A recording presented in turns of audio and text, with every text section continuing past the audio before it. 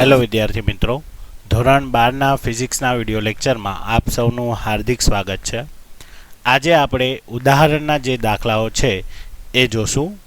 તો chapter number 13નો ઉદાહરણ number 1 જે છે એની રકમ આપણને આ રીતે આપેલી છે કે આયન એટલે કે લોખંડના ન્યુક્લિયસ માટે દળ આપેલો છે, બરાબર. અને કેપિટલ એ પણ શું છે, પરમાણુ દળ જ છે. પણ આ જે કિંમત છે એ એપ્રોક્સિમેશન કિંમત છે, જ્યારે આ જે કિંમત છે એ રાઉન્ડ ઓફ કરેલી કિંમત છે. તો તેના ન્યુક્લિયસની આપણે શું ગોતવાનું છે, ઘનતા ગોતવાની છે. ઓકે, તો સૌથી પહેલાં અગર આપણે ગિવન ડેટા જોઈએ તો ગિવન ડેટાની અંદર આપણને જે છે એ કઈ માહિતીઓ આપેલી છે એ જોઈએ. તો ગિવન ડેટાની અંદર સૌથી પહેલાં તો જે છે એ આપણને દળ આપેલું છે, બરાબર. તો દળ માટે m બરાબર આપણે શું લખશું, તો કે ભાઈ 55.85 યુ, બરાબર. યુ એટલે આપણને ખ્યાલ છે એટોમિક માસ યુનિટ થશે, બરાબર છે. તો એટોમિક માસ યુનિટને આપણે કેજીમાં કન્વર્ટ કરીએ તો 55.85 ઇન્ટુ 1.66 ઇન્ટુ 10⁻⁻27 kg, બરાબર છે. આપણને ખ્યાલ છે કે ભાઈ 1 AMU એટલે કાર્બનના દળનો 12મો ભાગ થશે. તો એના અકોર્ડિંગ આપણે જે છે એ રૂપાંતર કરીએ છીએ. ઓકે, તો હવે આપણે એનું કેલ્ક્યુલેશન કરી નાખીએ. એટલે કે 55.85 ગુણ્યા 1.66 ગુણ્યા 10⁻⁻27. ઓકે, તો એપ્રોક્સિમેશન આપણને જે જવાબ છે એ શું મળશે, 9.2711 ગુણ્યા 10⁻⁻26 કેજી. એટલે કે આપણને દળ છે એ કેમાં મળી ગયું, કેજીમાં. આપણે જે શોધવાનું છે, જે અહીંયા બીજો ડેટા આપેલો છે એ આપેલો છે, તો એ જે છે એ આપણને 56 આપેલું છે, બરાબર છે. હવે જે ગોતવાનું છે આપણે એ છે આપણે ઘનતા ગોતવાની છે, બરાબર. અને ઘનતા માટે આપણને ખ્યાલ છે કે ભાઈ ઘનતાની જે બેઝિક ફોર્મ્યુલા છે એ શું થાય, તો કે ભાઈ દળના છેદમાં કદ. હવે અહીંયા આપણે ન્યુક્લિયસની વાત કરીએ છીએ, પરમાણુની વાત કરીએ છીએ, તો એ જે એનો શેપ છે એ ગોળાકાર હશે. તો ગોળાકાર માટે જે કદ છે એની ફોર્મ્યુલા શું થાય, તો કે ભાઈ 4/3 પાઈ આરનો ક્યુબ, બરાબર. જે આર છે એ શું છે, ત્રિજ્યા. અહીંયા આપણે ન્યુક્લિયસની વાત કરીએ છીએ એટલે ન્યુક્લિયસની જે ત્રિજ્યા હશે એ ત્રિજ્યા અહીંયા આપણે લેવી પડશે, બરાબર. તો ન્યુક્લિયસની ત્રિજ્યાની આપણી પાસે એક ફોર્મ્યુલા છે કે ભાઈ આર બરાબર R0 ઇન્ટુ જે A⁻⁻⁻, એટલે કે એ જે પરમાણુ દળ છે એનો ઘનફળ, બરાબર છે. અથવા તો એમ કહી શકીએ કે એનો જે ઘનમૂળ છે એ, બરાબર. તો એ ઘનમૂળ જે છે એ આપણે શોધવાનું છે. હવે અહીંયા આપણને આર ક્યુબની જ જરૂર પડશે, એટલે હું શું કરું છું કે આ જે સમીકરણ છે એનો ઘન કરી દઈએ બંને બાજુ. એટલે અહીંયા આરનો ઘન થઈ જશે, અહીંયા R0નો ઘન ઇન્ટુ આ એનો 1/3 હતું અને એનો પાછો ઘન, એટલે 3 કેન્સલ થઈ ગયું. તો આર ક્યુબ બરાબર R0 ક્યુબ ઇન્ટુ એ થશે, બરાબર. તો અહીંયાથી આપણને ડાયરેક્ટ જે છે એ ત્રિજ્યાનો ઘન છે એ મળી જશે. તો અહીંયા આપણે સૌથી પહેલાં ત્રિજ્યાનો ઘન જે છે એ શોધી લઈએ. તો આર જે છે આરનો ક્યુબ બરાબર આપણે શું લીધું, R0નો ક્યુબ ઇન્ટુ એ. હવે R0 એટલે આપણને ખ્યાલ છે કે ભાઈ 1.1 ફેમ્ટોમીટરથી લઈને 1.2 ફેમ્ટોમીટર સુધી છે, બરાબર. તો અત્યારે આપણે ગણતરીમાં 1.2 ફેમ્ટોમીટર લઈએ છીએ, બરાબર. ફોર એક્ઝામ્પલ તમે 1.1 ફેમ્ટોમીટર લેશો, બરાબર છે, તો પણ જાજો ફેર પડશે નહીં. ખાલી જે પોઈન્ટમાં ફેરફાર થશે એ પોઈન્ટનો જે છે એ એની અંદર ફેરફાર થશે. ઓકે, તો આપણે 1 જે છે એ 2 ફેમ્ટોમીટર લઈએ છીએ R0 બરાબર. ઓકે, તો 1.2 ફેમ્ટોમીટર જે છે એને આપણે મીટરમાં કન્વર્ટ કરીએ એટલે 10⁻⁻15નો ઘન ઇન્ટુ એ. હવે અહીંયા એ જ્યારે તમે લ્યો ત્યારે જે કિંમત છે 56 એ જ લેવાની છે, બરાબર છે. એને કેજીમાં કે એમાં કોઈમાં કન્વર્ટ નથી કરવાનું. ઓકે, તો હવે આનું આપણે સાદુરૂપ આપીએ એટલે કે 56 ઇન્ટુ 1.2 ઇન્ટુ 10⁻⁻15 અને એનો ઘન. ઓકે, તો જે આન્સર છે એ આપણને આ રીતે મળશે કે 9.6768 ઇન્ટુ 10⁻⁻44. આ જે છે એ આર ઘન મળે છે, મતલબ કે આપણને મીટર ક્યુબ, બરાબર છે, એની અંદર આપણને આ કિંમત મળી ગઈ. હવે આ કિંમત જે છે એ માત્ર ખાલી આપણે આ કદની ફોર્મ્યુલામાં લેવાનું છે. તો હું ડાયરેક્ટ ઘનતાનું સૂત્ર લખી નાખું છું. તો ઘનતા રો બરાબર દળના છેદમાં કદ. હવે આપણને દળ છે એ કેજીમાં મળેલો જ છે, બરાબર, એટલે કે 9.2711 into 10⁻26 kg upon 4/3 into pi into આરનો ક્યુબ છે એ આપણને 9.6768 ઇન્ટુ 10⁻⁴. આ ત્રણને ઉપર જવા દઈએ એટલે 3 into 9.2711 into 10⁻26 upon 4 into pi into 9.6768 into 10⁻⁴. Okay, તો હવે આનું આપણે સાદુરૂપ આપી દઈએ. તો 3 ગુણ્યા 9.2711 into 10⁻26 divide by 4 into pi into 9.6768 into 10⁻⁴.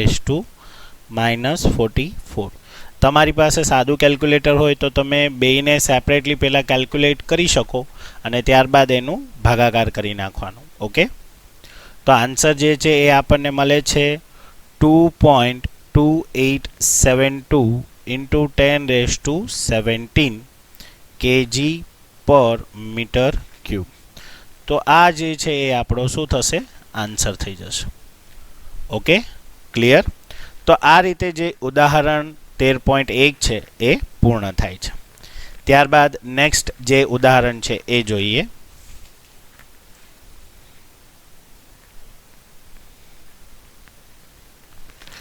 તો નેક્સ્ટ ઉદાહરણ જે છે એ આપણને આમ કીધું છે કે 1 ગ્રામને સમતુલ્ય ઉર્જાની ગણતરી કરવાની છે, બરાબર.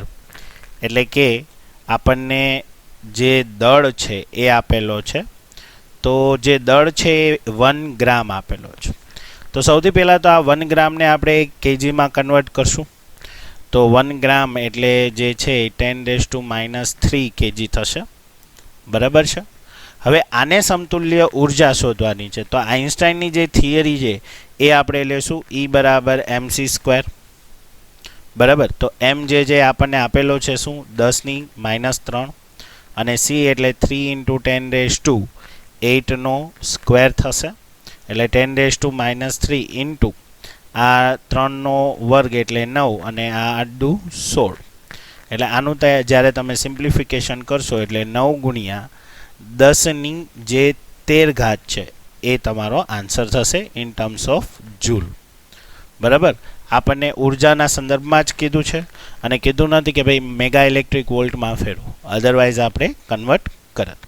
તો અહીંયા આપણને જસ્ટ ખાલી ઉર્જા જે છે એ જ માંગેલી છે in terms of joule. Okay, તો આ રીતે જે 13.2 છે એ પૂર્ણ થાય છે. ત્યારબાદ ઉદાહરણ નંબર 13.3 જે છે એ જોઈએ.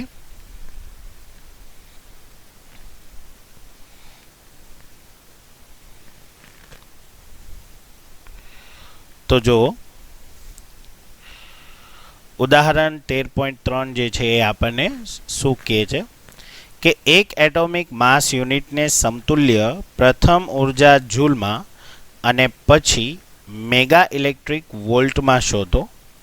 ત્યારબાદ આપણને એમ કીધું છે કે જે ઓક્સિજન છે, બરાબર, ઓક્સિજન 16-8ની દળ ક્ષતિને જે ડેલ્ટા એમ આપણને મળે છે એ ડેલ્ટા એમને મેગા ઇલેક્ટ્રિક વોલ્ટ પર c² જે એકમ છે એમાં સમજાવવાનું છે. ઓકે, તો સૌથી પહેલાં તો આપણે 1 એટોમિક માસ યુનિટને કન્વર્ટ કરીએ, બરાબર, જૂલ અને મેગા ઇલેક્ટ્રિક વોલ્ટમાં. તો આપણને ખબર છે કે ભાઈ 1 U અથવા તો 1 AMU, બરાબર, એટલે કેટલા થશે 1.66, બરાબર. તો 1.66 ઇન્ટુ 10⁻⁻27 બરાબર. હવે આ છે એ કેજીમાં આવી ગયો. હવે આને આપણે એનર્જીમાં કન્વર્ટ કરીએ એટલે શું થશે તો કે ભાઈ E is equal two mc² પ્રમાણે શું થાય કે ભાઈ 1.66 ઇન્ટુ 10⁻⁻27 ઇન્ટુ જે અહીંયા છે હું ડાયરેક્ટલી લઈ લઉં છું કે 9 ગુણ્યા 10 જે 16 ઘાત છે એ. હવે આ જે આન્સર છે એ આપણને કેમાં મળશે જૂલમાં તો 1.66 ઇન્ટુ 10⁻⁻27 ઇન્ટુ 9 ઇન્ટુ 10⁻16 બરાબર. તો જે જવાબ છે એ આપણને જૂલમાં મળે છે 1.494 ઇન્ટુ 10⁻10 જૂલ. આને આપણે ઇલેક્ટ્રિક વોલ્ટમાં ફેરવવું હોય એટલે ડિવાઈડ બાય 1.66 ઇન્ટુ 10⁻19 કરશું તો એ જૂલમાંથી કેમાં કન્વર્ટ થઈ જશે ઇલેક્ટ્રિક વોલ્ટમાં. તો આને ડિવાઈડ બાય 1.6 ઇન્ટુ 10⁻19 કરીએ એટલે આન્સર આવશે 9.3374 ઇન્ટુ 10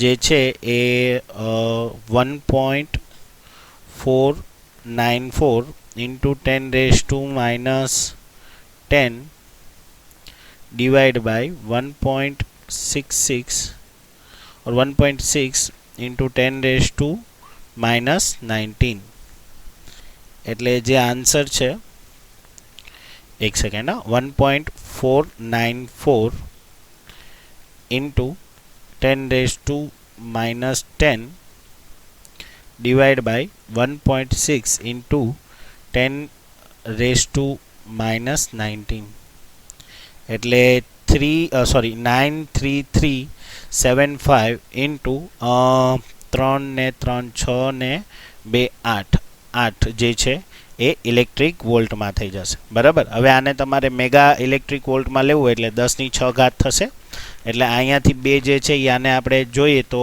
શું થશે 933.75 ઇન્ટુ 10⁻6 ઇલેક્ટ્રિક વોલ્ટ એટલે આ જે છે એ કેમાં કન્વર્ટ થઈ ગયું ભાઈ મેગા ઇલેક્ટ્રિક વોલ્ટમાં.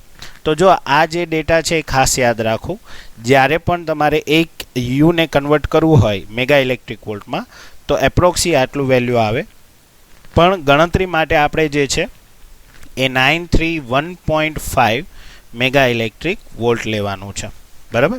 જે પોઈન્ટમાં થતો ફેરફાર છે એ બધું નિગ્લેક્ટ કરીને આટલી વેલ્યુ જે છે એ આપણે લેવાની છે ગણતરી દરમિયાન એટલે આ ખાસ યાદ રાખજો. ઓકે. હવે જે એને ઓક્સિજન માટે જે છે એ આપણને એનર્જી પૂછી છે પણ જે એનર્જી છે એ કેના માટે છે ડેલ્ટા એમ માટે. તો સૌથી પહેલાં ડેલ્ટા એમ શોધવો હોય તો આપણી પાસે જે ઓક્સિજન છે 16 8 બરાબર. તો એના માટે આપણે ડેલ્ટા એમ જે છે એ શું થશે તો કે ZMP plus Mn minus M atom બરાબર છે. તો Z છે એ આના માટે શું થશે 8 થશે અને એને ગુણ્યા માસ ઓફ પ્રોટોન. તો માસ ઓફ પ્રોટોન જે છે એ તમારે થિયરીના ડેટામાંથી લેવો પડશે. તો માસ ઓફ પ્રોટોન જે છે એ આપણને અહીંયા થિયરીના ડેટામાં જે છે એ ઓલરેડી આપેલું છે કે ભાઈ કેટલો છે માસ ઓફ પ્રોટોન તો કે 1.00727 એટલે કે 1.00727 બરાબર. પ્લસ અહીંયા ન્યુટ્રોનની સંખ્યા એટલે કે 16માંથી 8 જશે એટલે 16માંથી 8 જાય એટલે ન્યુટ્રોન કેટલા થશે 8 અને એને ઇન્ટુ પાછું ન્યુટ્રોનનું દળ જે છે એ લેવાનું એટલે કે 1.00866 ઓકે. અને અહીંયા જે એમ એટમ જે છે ઓક્સિજન માટે તો એ એમ એટમ એનું પ્રાયોગિક મૂલ્ય જે છે એ આપણને થિયરીમાં આપેલું છે બરાબર. ઉદાહરણમાં આપણને નથી કીધું પણ થિયરીમાં આપણને કીધેલું છે. તો અત્યારે આપણે ઉદાહરણ કેલ્ક્યુલેશન કરવા માટે એને થિયરીમાંથી લઈ લઈએ છીએ. ઓકે. તો આપણને જે મળે છે એ આટલો જે છે એ ડેટા મળે છે આ થિયરીમાંથી લીધું બરાબર. અહીંયા બી આ થિયરીમાંથી લીધેલું છે બરાબર બંને કિંમતો એટલે ખાસ ધ્યાન રાખવું. અને ઇન્ટુ જે આપણે ડેલ્ટા એમ જે લેવાનો છે આ ડેલ્ટા એમનું કેલ્ક્યુલેશન છે બરાબર. તો આપણે 1 by 1 સોલ્વ કરતા જઈએ તો 8 ઇન્ટુ 1.00727 એટલે કે 8.05816 પ્લસ 8 ઇન્ટુ 1.00866 એટલે 8.06928 માઇનસ 15.99053 બરાબર છે, એટલે માઇનસ 15.99053. હવે આનું સિમ્પ્લિફિકેશન કરી નાખીએ બરાબર, એટલે 8.05816 પ્લસ 8.06928 માઇનસ 15.99053 એટલે જે છે 0.13691 બરાબર. તો આ જે છે એ આપણને શું મળે છે કે ભાઈ ડેલ્ટા જે એમ છે તો એ ડેલ્ટા એમનું જે છે એ વેલ્યુ મળી. હવે એ ડેલ્ટા એમને અનુસંધાનમાં આપણે ઉર્જા કહીએ એટલે delta E is equal two શું થશે, ડેલ્ટા એમસી સ્ક્વેર એટલે 0.13691 બરાબર ઇન્ટુ હવે આ જે સી સ્ક્વેર છે એ આપણને ખ્યાલ છે કે એક યુ બરાબર કેટલા થશે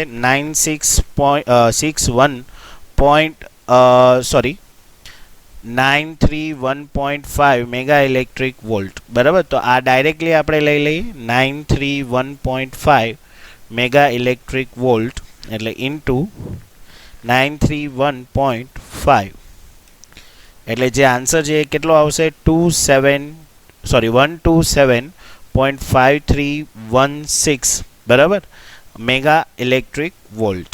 આ જે છે એ ડેલ્ટા ઈ આવ્યો બરાબર, આ મેગા ઇલેક્ટ્રિક વોલ્ટ થઈ જશે. હવે ડેલ્ટા ઈ એટલે એકચ્યુઅલમાં શું થશે કે ભાઈ એમસી ડેલ્ટા એમસી સ્ક્વેર થાય બરાબર. આપણે ડેલ્ટા એમને અનુસંધાનમાં એનર્જી ગોતીએ છીએ તો સી સ્ક્વેર આ બાજુ આવવા દો એટલે શું થઈ જશે, તો એકમના અનુસંધાનમાં આવડું આ રીતે લખાય એ mega electric volt upon c square દળની ક્ષતિના અનુસંધાનમાં. ઓકે, તો આ રીતે જે છે એ આખો જે છે યુનિટના આધારે જે છે એ આપણે શું કરી શકીએ, કેલ્ક્યુલેશન કરી શકીએ અને કેલ્ક્યુલેશન એના આધારે તમારે સોલ્વ કરવાનું છે. ઓકે, તો આ તો ઉદાહરણ નંબર 13.3 બરાબર. ત્યારબાદ છે આપણે ઉદાહરણ નંબર 13.4 જે છે એ જોઈએ. તો ઉદાહરણ નંબર 13.4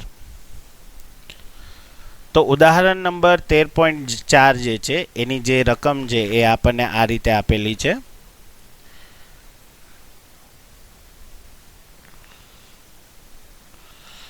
ઓકે, તો જો રકમ આપણને શું કીધેલું છે કે આલ્ફા ક્ષય પામતા યુરેનિયમ 23892નું અર્ધ આયુષ્ય સમય આપેલું છે વર્ષમાં 4.5 ગુણ્યા 10⁹ યર. હવે 1 ગ્રામના નમૂનાની આપણે એક્ટિવિટી કેટલી છે એ શોધવાની છે બરાબર. તો ગિવન ડેટા જે છે આપણે લખી લઈએ. તો યુરેનિયમ 23892નું અર્ધ આયુષ્ય સમય આપ્યું છે. તો અર્ધ આયુષ્ય સમય માટે આપણે શું લખશું કે ભાઈ ટાઉ 1/2 કેટલું આપ્યું છે 4.5 ગુણ્યા 10⁹ વર્ષ. હવે આપણને એક્ટિવિટી શોધવાની કીધી છે. તો એક્ટિવિટી જે છે એ વિભંજન પર સેકન્ડ થશે બરાબર એનો એકમ.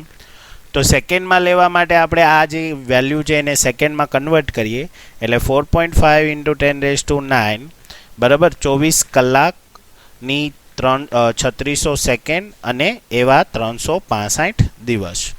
એટલે જે છે એ આખું સેકન્ડમાં કન્વર્ટ થશે એટલે 4.5 × 10⁹ into 24 into 3600 into 365 એટલે જે આન્સર છે આ રીતે આવશે 1.41912 into 10⁻17 સેકન્ડ બરાબર. હવે એના માટે આપણને શું કીધું છે કે ભાઈ 1 ગ્રામની અંદર જે છે એના માટે આપણે એક્ટિવિટી શોધવાની છે. હવે આપણને ખબર છે કે એક્ટિવિટીનું સૂત્ર શું થાય I બરાબર લેમ્બડા ઇન્ટુ n બરાબર. હવે n એટલે શું થશે કે જે 1 ગ્રામમાં રહેલા કણોની સંખ્યા છે એ. તો આપણે અહીંયા ત્રિરાશિ લેવી પડશે કે જ્યારે 238 ગ્રામ હોય ત્યારે જે કણો છે અહીંયા મોલ કન્સેપ્ટ આવશે કે 6.625 into 10⁻34 sorry -23 એક સેકન્ડ, સોરી, અહીંયા એવોગ્રેડો નંબર આવશે એટલે 6.022 ઇન્ટુ 10⁻23 જે કણો છે એની સંખ્યા છે, બરાબર, એવોગ્રેડો અંક જેટલી. ઓકે, તો 1 ગ્રામની અંદર કેટલા કણો હશે, બરાબર. તો ક્વેશ્ચન માર્કની સામે જે હશે એ છેદમાં આવી જશે. અહીંયા આપણે મોલ કન્સેપ્ટ લઈએ છીએ એટલે જે 238 છે એ પણ આપણા માટે ગ્રામમાં થશે અને જે 1 છે એ પણ ગ્રામમાં થશે, એટલે અહીંયા તમારે કોઈ યુનિટ કન્વર્ઝેશન નહીં આવે, રાઈટ. તો 1 ઇન્ટુ 6.022 ઇન્ટુ 10⁻23, તો આનું સાદુરૂપ આપણે આપીએ એટલે 6.022 ગુણ્યા 10⁻23 ડિવાઈડ બાય 238 એટલે 2.5302 ગુણ્યા 10⁻21 બરાબર કણો થશે. Okay, clear. તો આ રીતે આપણને જે કણોની સંખ્યા છે એ કેટલી મળે છે, તો કે ભાઈ 2.5302 ગુણ્યા 10⁻21 કણો. ઓકે, તો હવે ડાયરેક્ટ વેલ્યુ જે છે એ મૂકવાની રહેશે. આપણી પાસે અર્ધાયુષ્ય સમય છે તો એના ઉપરથી લેમડા મળી જશે, તો કે ભાઈ લેમડા બરાબર શું થાય 0.693 અપોન τ1/2, બરાબર. તો બધી કિંમતો જે છે એ આપણે આમાં મૂકી દઈએ કે I બરાબર લેમડા ઇન્ટુ એન, જે માઇનસ નિશાની છે એ ઘટાડો બતાવતી હતી, આપણે તો અહીંયા મૂલ્ય અત્યારે જોઈએ છીએ એટલે મૂલ્યમાં આપણે ક્યાંય માઇનસ લેશું નહીં. તો લેમડા બરાબર 0.693 અપોન τ1/2 ઇન્ટુ એન જે છે એ 2.53 ઇન્ટુ 5302 ઇન્ટુ 10⁻21, બરાબર. તો 0.693 અપોન જે τ1/2 છે એ 912 ઇન્ટુ 10⁻17 અને ઇન્ટુ એન એટલે 2.5302 ઇન્ટુ 10⁻21. તો આનું આપણે સાદુરૂપ આપીએ એટલે છે શું થશે 0.693 into 2.5302 into 10⁻21 upon 1.41912 into 10⁻17. Okay, તો આન્સર જે છે એ આપણને આ રીતે મળશે 1235.75 બરાબર વિભંજન પર સેકન્ડ, બરાબર છે. પણ એનો એસઆઈ એકમ જે છે એ બેકવેરલ છે એટલે આપણે આમ પણ લખી શકીએ કે 1.2355 ઇન્ટુ 10⁻4 બેકવેરલ, બરાબર. તો આ રીતે જે દાખલો છે એ જે છે એ પૂછાય છે, બરાબર, રેડિયો એક્ટિવિટીના બેઝ ઉપરથી. ઓકે, તો આ રીતે જે છે ઉદાહરણ નંબર 13.4 છે એ પૂર્ણ થાય છે. ત્યારબાદ આપણે જોશું ઉદાહરણ નંબર 13.5. તો ઉદાહરણ નંબર 13.5 જે છે એ જોઈએ તો એની રકમ જે છે આપણને આ રીતે આપેલી છે